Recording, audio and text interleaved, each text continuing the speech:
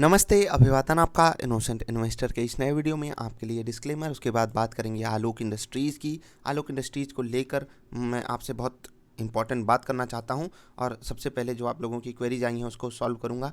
देखो, ये जो गिरावट आई है प्रॉपर प्रॉफिट बुकिंग है, इसमें आप कुछ ऐसा मतलब मत निकाल लीजिएगा कि कुछ और चीज़ हो रहा है। यहाँ पर ये जो मूव आया है, यहाँ पर जो रेजिस्टेंस है उसी की यहाँ पर हमको झलक देखने को मिल रही है। इस कैंडल पे मैंने एक वीडियो आपको दी हुई थी और आपको बताया भी था कि यहाँ पर एक रेजिस्टेंस अवेलेबल है। और ये जो कैंडल आप देख रहे हैं प्योर नेगेटिव कैंडल होती है टेक्निकल टर्म्स में, कुछ लोगों को इसका नाम भी पता होगा, आप लोग बताइएगा नीचे। खैर, आगे बढ़ते हैं। अब ऐसी कैंडल बनने के बाद जब एक रेड कैंडल बने, हमें कोई आश्चर्यचकित नहीं हो जाना चाहिए, क्योंकि टेक्निकल टर्म्स में ये नेगेटिविटी झलकाता है और वही नेगेटिविटी हमारे सामने आई। इवन की मार्केट जो है वो पॉजिटिव चल रही थी। ठीक, मार्केट तो कई दिन से पॉजिटिव है और स्टॉक जो है वो पिछले 2 दिन से बढ़िया मूव दिया था।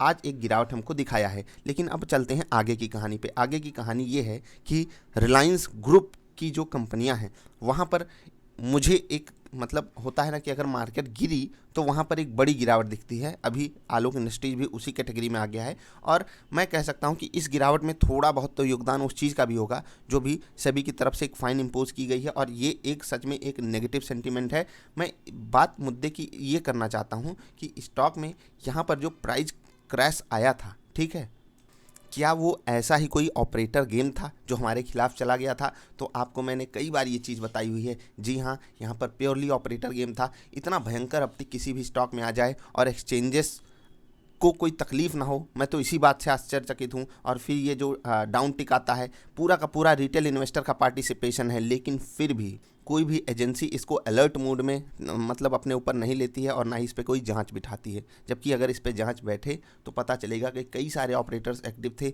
रिटेल इन्वेस्टर को यहाँ पर स्टॉक ऊपर ले जाते वक्त नहीं दिलाने में कि उनको मिले ना, और जब यहाँ पर गिर रहा था तो जिन जिन भी रिटेल इन्वेस्टर के पास है उनका माल बिके ना। ये थी सच्चाई। अभी देखिए यहाँ से ये प्राइस रिवर्स किया, यानी कि यहाँ पर कुछ बड़े प्लेयर्स को जो है पोजीशन अपनी पसंद आई थी और फिर से यहाँ पर जो अपटिक आया था ये अनबिलीवेबल टाइप का अपटिक था, क्योंकि लोगों को लग रहा था कि फिर से ये जो चाल है ये चलती रहेगी। लेकिन ये अनबिलीवेबल अपटिक क्यों था? क्योंकि मुझे ऐसी एक्सपेक्टेशन थी कि इसका प्राइस बिलो 20 जाएगा, लेकिन ऐसा हुआ नहीं।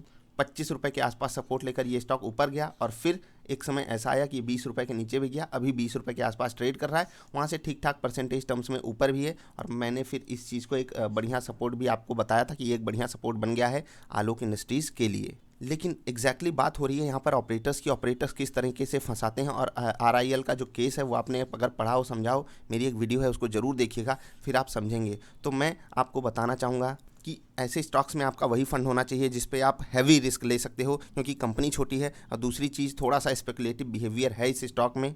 जैसा कि 10% का अपर सर्किट लग जाता है, पॉजिटिव मार्केट में 2.5-3% नेगेटिव ये स्टॉक ट्रेड करता है। ये सारे बिहेवियर को अगर आपको सर्वाइव कर सकना है तो वही फंड डालिएगा जिस पे आप बड़ा रिस्क ले सकते हो। अभी नॉर्मल ट्रेडिंग बिहेवियर की बात करें, ट्रेडिंग पैटर्न की बात करें तो उसको भी हम थोड़ा सा डिस्कस करेंगे। ये जो 10% का अपटिक आया उसके अगले दिन भी एक बढ़िया मूव आया था, लेकिन सर्वाइव नहीं कर पाया और फिर आज एक गिरावट आई। वहाँ पर कैसा रहा माहौल वो आपको समझाने की कोशिश करेंगे। देखिए, जब अपटिक आया था 10% का, वहाँ पर आप देखेंगे 31% की डिलीवरी थी, जो कि एक बढ़िया चीज़ है।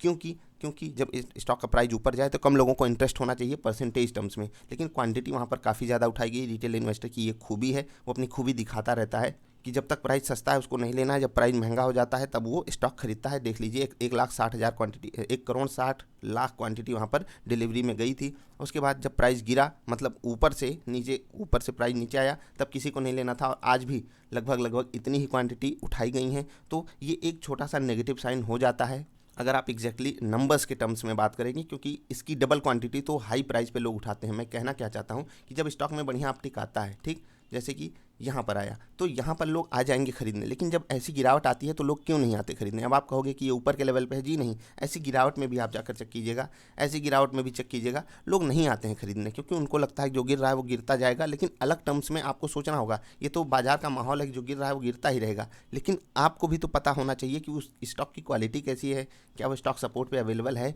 या नहीं। ये सब चीज़ें आपको देखनी होती हैं। अभी इस वीडियो को बनाने का सबसे मेन मोटिव मेरा ये था। पहली चीज़, आपको यहाँ पर मैंने प्रॉफिट बुक करने की सलाह पहले ही दी हुई है, आपको वो वीडियो जरूर देखनी चाहिए। यहाँ पर अगर आप सपोर्ट की बात करना चाहेंगे, 22.50 रुपये के नीचे ये स्टॉक फिसलेगा, फिर से 20 रुपये जाएगा, तो इस लेवल पे ध्यान दीजिएगा। कम से कम अभी के लिए ये क्लोजिंग बेसिस पे मैं बता रहा हूँ, इसको आगे लेकर चलेंगे। इस वीडियो को बनाने का मेन मोटिव यही था कि अगर आप ऐसे किसी स्पेकुलेटिव स्टॉक में हो जहाँ पर ऑपरेटर गेम खेलता है, फंड उतना ही डालिएगा जितना आपकी रातों की नींद हराम ना करे, क्योंकि आने वाले समय में अब इनके रिजल्ट्स वगैरह भी आएंगे तो स्टॉक में एक बढ़िया अपटिक या डाउन टिक दिख सकता है, मतलब एक बड़ा मोमेंटम दिख सकता है, बड़ी वोलेटिलिटी दिख सकती है। आप क्या सोचते हो, ये जो रिलायंस की न्यूज़ आई है उसका आलोक इंडस्ट्रीज़ पे कुछ फ़र्क पड़ेगा? मैं अभी देखिए बाजार पॉजिटिव थी इसलिए हो सकता है 2.5-3% की गिरावट आई हो, लेकिन अगर बाजार नेगेटिव हो गई होती तो आज यही स्टॉक एक बड़ी गिरावट भी दिखा सकता था, एक नेगेटिव सेंटिमेंट के तौर पर, ठीक है। और ये नेगेटिव सेंटिमेंट सच में एक ट्रेडिंग बिहेवियर से आता है कि ट्रेडिंग बिहेवियर हम लोगों को मजबूर किया जाता है कि हम लोग ऐसा बिहेव करें, क्योंकि वो लोग अपने पैसे से हमको ऐसा